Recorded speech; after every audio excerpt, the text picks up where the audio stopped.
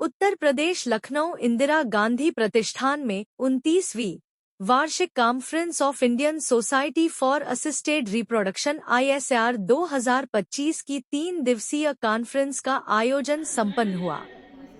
Conference में देश विदेश से आए डॉक्टर्स और IVF विशेषज्ञों ने प्रतिभाग किया एवं नई तकनीक आर्टिफिशियल इंटेलिजेंस का तकनीक में उपयोग समेत कई महत्वपूर्ण बिंदुओं पर चर्चा करी और अपने अपने विचार साझा किए। लखनऊ में बहुत अच्छी कॉन्फ्रेंस हुई है।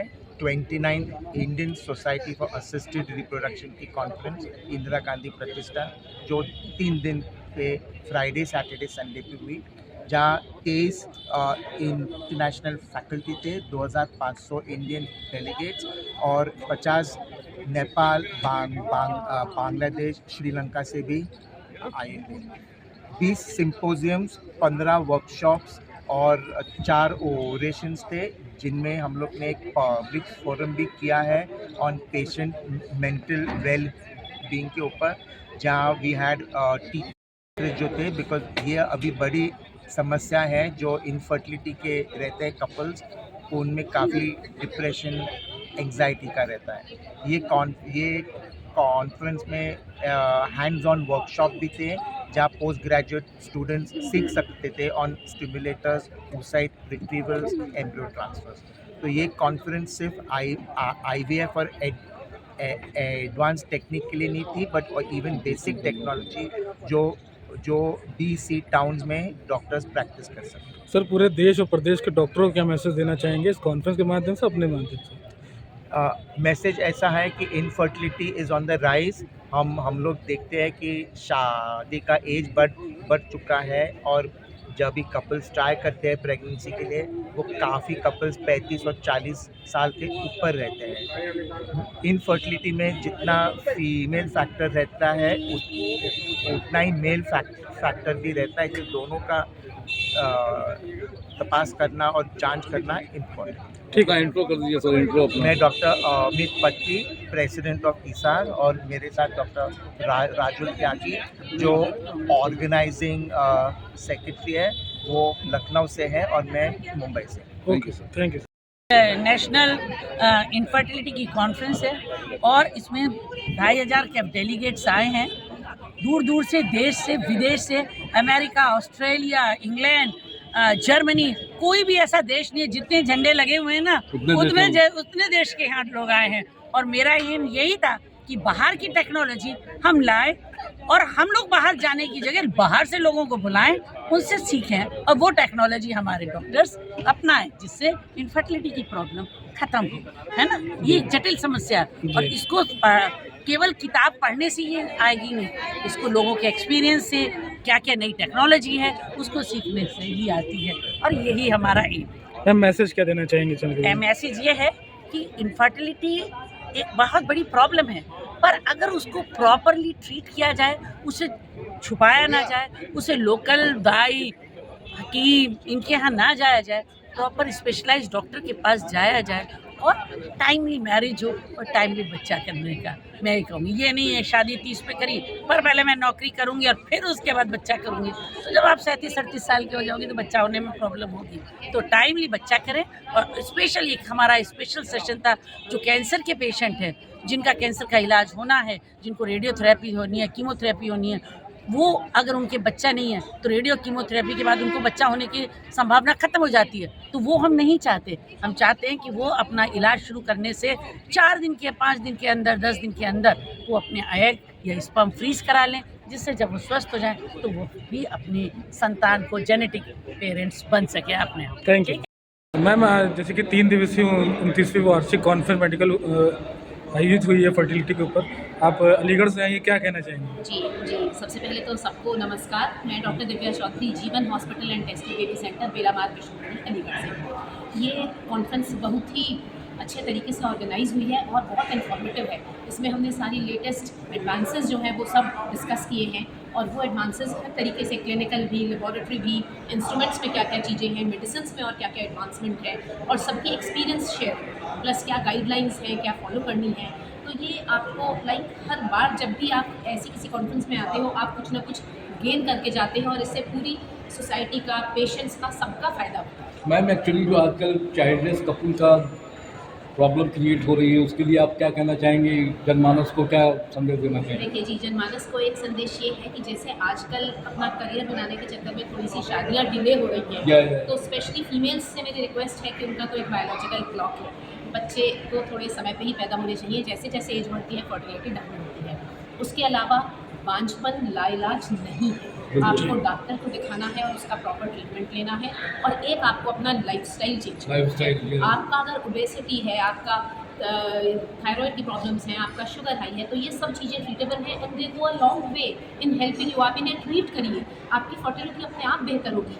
एक्सरसाइज करिए, वॉक करिए, ताज़ा खाना, ताज़े से मेरा मतलब है कच्ची चीज़ें जितनी हम खा सकते हैं, रंग बिरंगा ताज़ा खाना, गाजर हो, मूली हो, शलजम हो, चुकंदर हो, पत्ता गोभी और जो कुछ आप कच्चा खा सकते हैं। मैम, जो आजकल जो मरीज़ इस चीज़ से पीड़ित हैं, तो उनको सही प्लेटफॉर्म या सही ज्ञान नहीं मिल पाता, तो उनको आप क्या संदेश देंगी कि कहाँ पे सही जगह जाके इलाज कराएं? देखिए, वो थोड़ा सा उनको देखना पड़ेगा कि वो किसके पास जा रहे हैं। कई बार पेशेंट्स क्वैक्स के पास चले जाते हैं, बहुत छोटी सी चीज़ है, झोला छाप, एक दाई भी डीएनसी कर देती है और वो दाई उस बच्चे को डीएनसी करने के साथ साथ उनकी पूरी अंदर की झिल्ली खराब कर देती है, बच्चेदानी की दीवारें चिपक जाती हैं और फिर बहुत ही डिफिकल्ट हो जाता है, ट्रीट करना कई बार नहीं भी हो पाता। तो ये पेशेंट को थोड़ी सी आँख खोल के जानी पड़ेगी, डॉक्टर की डिग्री देखिए कौन है, कहाँ है और आगे बढ़िए। सबसे पहले तो लाइफस्टाइल मॉडिफिकेशन बताया गया जो बहुत इंपॉर्टेंट है। हम प्लास्टिक के बॉटल में पानी पीते हैं, मैदे की चीज़ें खाते हैं, बाहर की चीज़ें सबसे ज़्यादा खाने लगे। पहले इतना नहीं था। आप पहले देखिए ना, फर्टिलिटी कितनी अच्छी थी, 14-15 बच्चे हो रहा है सबके। लेकिन अब के टाइम में क्यों नहीं हो रहा है? एक तो लेट मैरिजेस, पढ़ाई के चक्कर में शादियाँ लेट हो रही है। दूसरी चीज़, शुरू से बच्चे Maggi, pasta, noodles, French fries, बाहर की चीज़ें खाना, चिप्स, कुरकुरे, मतलब XYZ कुछ भी खाना। तो बच्चों का डेवलपमेंट तो बचपन से होगा, चाहे वो मेल हो चाहे फीमेल हो, तो वो इम्पॉर्टेंट है। सेकंड, स्ट्रेस, पॉल्यूशन, खाना जो मिल रहा है उसमें अडल्ट्री, सब कुछ है। तो सबसे पहले हमारी जब नींव ही अच्छी नहीं है तो आगे आप क्या एक्सपेक्ट करेंगे? मैम, बात करें 3 दिवसीय जो कॉन्फ्रेंस आयोजित हुई है, आपका क्या अनुभव रहा? उस कॉन्फ्रेंस के बारे में आप क्या कहना चाहिए? इस कॉन्फ्रेंस के बारे में सबसे अच्छा चीज़ ये रही कि जो न्यूअर मॉडलिटीज़ आ रही हैं, जिससे जो कपल्स हैं जिसको बच्चे नहीं हो रहे हैं या जिसके पास बच्चे नहीं हैं या कंसीव करना चाहते हैं, कंसीव नहीं कर पा रहे हैं, IVF फेल हो रहा है, IUI फेल हो रहा है, बहुत सी चीज़ें फेल हो रही है, उनके लिए नई नई चीज़ें टेक्निक्स आ चुकी हैं अब, और वो सिम्पलर हो गई है। मल्टीपल इंजेक्शंस, पहले मल्टीपल अल्ट्रासाउंड्स में जा रहे हैं, मल्टीपल इंटरवेंशंस में जा रहे हैं, वो सब अब थोड़ा कम हो गया है। बट अभी भी है, ऐसा नहीं बोलूँगी बहुत कम हो गया है, 70% कम हो गया है, उसके बाद भी अभी भी है। बट फिर भी ये बोलूँगी कि इस पर आप भरोसा रखें, एक बच्चे कर सकते हैं, जिससे कि जिसके बच्चे नहीं हैं, जो प्रॉब्लम्स हो रही थी लाइक फाइब्रॉइड, लाइक पॉलिप्स, वो सब ट्रीटेबल हो गए हैं अब, पहले नहीं थे। अब सेक्शंस होने लगे हैं, पहले डिलीवरीज नॉर्मल ही होती थी, लेकिन अब ऑपरेशन होने लगे, उससे बेबी और मदर दोनों का रिस्क घट गया है। मैम, अपना परिचय देते हुए बताएं। जी, मैं डॉक्टर मैमूना मैमूना। जी, मैं क्या कहना चाहेंगे? मुस्लिम समाज में जो लोग खास करके अज्ञानता है, अवेयरनेस है, जो पढ़े लिखे नहीं, उनके बारे में क्या कहना चाहेंगे? देखिए, सबसे ज़रूरी चीज़ तो है हमारा जो ज्ञान है, तो सबसे बड़ा वही है। अंधकार में रोशनी आती है जब तक हम शिक्षा ज्ञान अच्छे लोग बैठे सोसाइटी में सीखें, तो मैम क्या कहना चाहेंगे आप? इसके लिए देखिए, मैं मुस्लिम समाज में हूँ, हमारे यहाँ बच्चे पढ़ते तो हैं लेकिन उन्हें पता नहीं होता आगे करना क्या है। सभी समाजों के लिए मैम क्या सबके लिए यही, सबके लिए अनएजुकेटेड हर तबके में लोग हैं, जो पॉवर्टी लाइन में काफ़ी लोग, उनको भी नहीं पता क्या करना है। मैम, आप मैसेज क्या देना चाहेंगे कि इन सब चीज़ों से दूर रहें? सबसे बड़ी चीज़ें हैं एजुकेशन सबसे बड़ी नीड है हमारी आज के सिनेरियो के लिए, चाहे वो बिलो पॉवर्टी हो, चाहे मिडिल क्लास हो, हाई क्लास हो, सबके लिए एजुकेशन और सोशल अवेयरनेस तो सबसे जरूरी चीज़ है। मैम, जो ये प्रॉब्लम क्रिएट हो रही है लो पॉवर्टी लाइन या मिडिल क्लास में, क्या फल हाई क्लास में ज़्यादा प्रॉब्लम? ये प्रॉब्लम देखिए, अगर हम लोअर क्लास में जाएंगे तो मेन प्रॉब्लम क्या है? न्यूट्रिशन है, और हायर क्लास में उनका ओवर स्टैंडर्डाइजेशन, जो हमारी जो एक्टिविटीज़ हैं, डाइट है, वो सारी चेंज हो गई है। तो बेसिक नीड तो हमारी लखनऊ में मैम आई है, कॉन्फ्रेंस के बारे में क्या कहना चाहिए? कॉन्फ्रेंस बहुत अच्छी है। मुस्कुराई क्या लखनऊ में मैम, कैसा महसूस हुआ? देखिए, मेरे लिए नई सिटी है क्योंकि हम फर्स्ट टाइम आई मैम? नहीं, फर्स्ट टाइम तो नहीं आई हूँ, लेकिन कॉन्फ्रेंस में पहली पहले बार काफ़ी चेंजेस हो गए लखनऊ में, काफ़ी और चेंजेस। मैं 8 साल पहले आई थी, तब से अब बहुत चेंज हो गई। मैम अपना अपना इंट्रोडक्शन दे दीजिए, कहाँ पे आप हैं, हॉस्पिटल का नाम बताइए। मैं डॉक्टर महमूना हूँ, ग्वालियर डिस्ट्रिक्ट हॉस्पिटल में काम करती हूँ। वहाँ एक अपना ओपीडी क्लिनिक भी चलाती हूँ, प्राइमरी फर्टिलिटी सेंटर में जाके काम भी करती हूँ। तो अभी बेसिक नीड है हमारी तो अवेयरनेस है, काउंसलिंग सबसे ज़रूरी है। ठीक है। इंदिरा गांधी प्रतिष्ठान में विशाल 2025 का आज समापन है। मैम लोग हमारे साथ मौजूद है। उनका मेरी जो पब्लिक में अवेयरनेस नहीं है, क्या कहना चाहेंगी? आज 2025 का फाइनल डे है और हमारा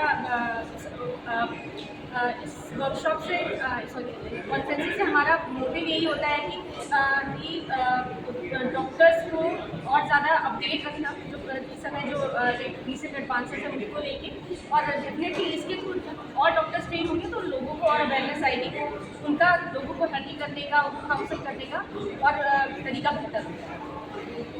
हम आज जो कर रहे हैं, हम अलग अलग टॉपिक्स इनफर्टिलिटी के उस पर वर्कशॉप कर रहे हैं, जहाँ पे डॉक्टर्स प्रॉपरली हर एक चीज़ को डिस्कस कर रहे हैं। जहाँ उनको मुश्किलें आती है पेशेंट्स के साथ, वो डिस्कशन हो रहा है, उसका कैसे हल कर सकते हैं।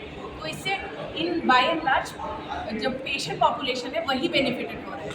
मैम बात करें अगर कॉन्फ्रेंस की, तो 3 दिन इस कॉन्फ्रेंस में क्या कुछ नया खास हुआ, क्या कुछ नया इनोवेशन होने जा रहा है? इन 3 दिनों में पहले जो 2 दिन थे उनमें लेक्चर्स हुए, जिसमें खास ये था कि बहुत सारे फॉरेन फैकल्टी, पहली बार एक इंटरनेशनल फैकल्टी जो है वो इंडियन कॉन्फ्रेंस में फॉर इनफर्टिलिटी बहुत लोग थे।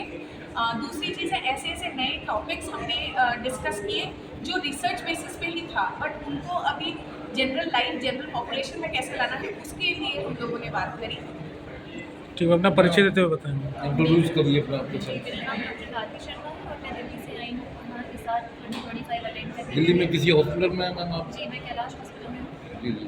मैम बताइए, इनफर्टिलिटी पे जो आजकल दिक्कतें आ रही हैं मेल फीमेल में, उसके लिए क्या कहना चाहेंगे? इनफर्टिलिटी बेसिकली हमें जागरूकता फैलाने की ज़रूरत है, ताकि लोग इस बात को समझने के लिए डॉक्टर के पास आएँ, क्योंकि इसका इलाज संभव है और मोस्ट ऑफ द केसेस में बहुत प्रॉपर IVF भी नहीं रिक्वायर्ड होता है। थोड़ा बहुत गाइडेंस और थोड़ी बहुत मेडिसिन से ही इलाज हो जाता है। सो ज़्यादा ज़रूरी है कि पेशेंट्स डॉक्टर्स के पास आएँ ताकि उनको बेटर ट्रीटमेंट मिले। मैम बात करें अगर आज के दिनचर्या और लाइफस्टाइल को लेके, तो आप क्या मैसेज देना चाहेंगी आम पब्लिक को कि वो अपनी हेल्थ को लेके और इन सब में कॉन्शियस हों? जी, हेल्दी लाइफस्टाइल अपनाना तो बहुत ज़रूरी है आजकल। एक लेट मैरिजेस प्लस डायबिटीज़ और हाइपरटेंशन के कई केसेस बढ़ रहे हैं। मोस्टली सेडेंटरी लाइफस्टाइल यानी कि बैठे बैठे काम करते रहने से, फिजिकल एक्टिविटी कम होने से और लेट प्रेगनेंसी प्लान करने से ये इश्यूज़ थोड़े बढ़ रहे हैं।